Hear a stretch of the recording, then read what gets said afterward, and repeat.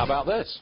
The head of the European Union, top guy there, he threatens to campaign for the breakup of the United States if President Trump continues to support the Brits getting out of Europe.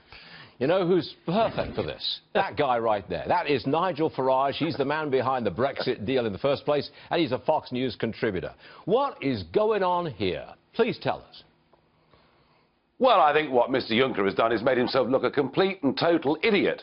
He's comparing the United States of America, which has a common culture and a common desire to be a nation, with the United States of Europe that he wants to build and wants to impose upon the peoples of Europe. So Brexit has happened. Trump was a supporter of that project. And now, frankly, this idiot, because I can't think of a better word, says that he'll campaign for Ohio to break away from the USA. I think the European Union and Jean-Claude Juncker just lost whatever credibility in the USA they had. OK, now I've got to bring up this, because when we learned that you were part of the movement to break up California into two parts, interior and the coastal elites, when we heard that, the first question to us was, what on earth is Nigel Farage, the Brexit guy, doing trying to break up California? You want to explain yourself, Nigel? Yes, I do, please. OK. Tim Draper, successful Californian businessman, takes the view that California is too big, too centralized, too badly run, and it would be better to be broken up into smaller units. He's believed that passionately for a long time, and, you know, think about it. I mean, there are 200 countries in the world with populations smaller than California. I happened to be in California as an award ceremony, as a speaker, and I was invited to go and talk to a group of people who were thinking about making a change that the LA establishment will say is impossible. And I guess the moral of the story is, what Brexit proves is if you want something enough, it can happen. And looking at the liberal coast and the more conservative interior, you know, I don't think it's completely impossible. It's a stretch, Nigel. I think you'll have to admit it. It is a stretch. Well, it may well be a stretch, but you know, I was just there to bear witness.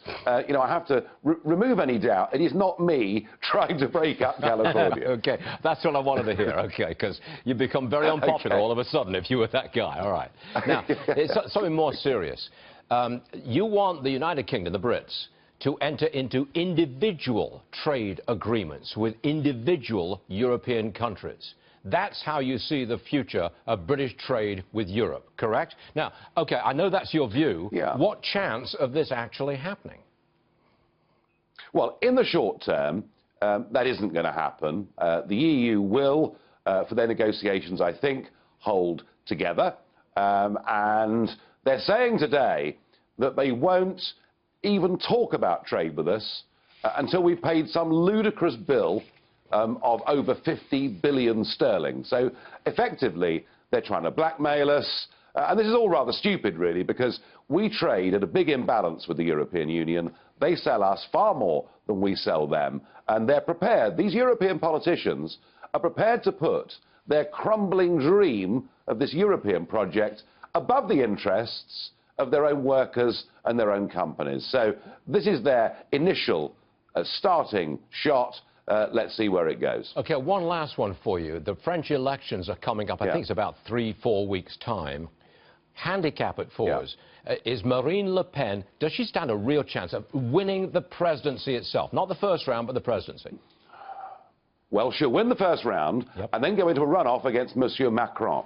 Marine Le Pen is tested heavily. There are no more bad stories about Marine Le Pen to come out. Macron is virtually unknown. He's the sort of pretty boy and has got all the media support. I think when it comes to a head-to-head, she will start to gain ground on him.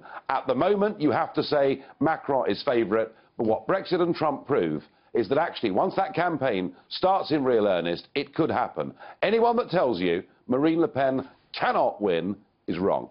You know why you're popular in the United States? Number one, you've got a great British accent. Number two, you speak in sound bites. And number three, you never hold back. Nigel Farage, great guy. Thanks for joining us as always. So we'll see you again soon. Thanks, Nigel.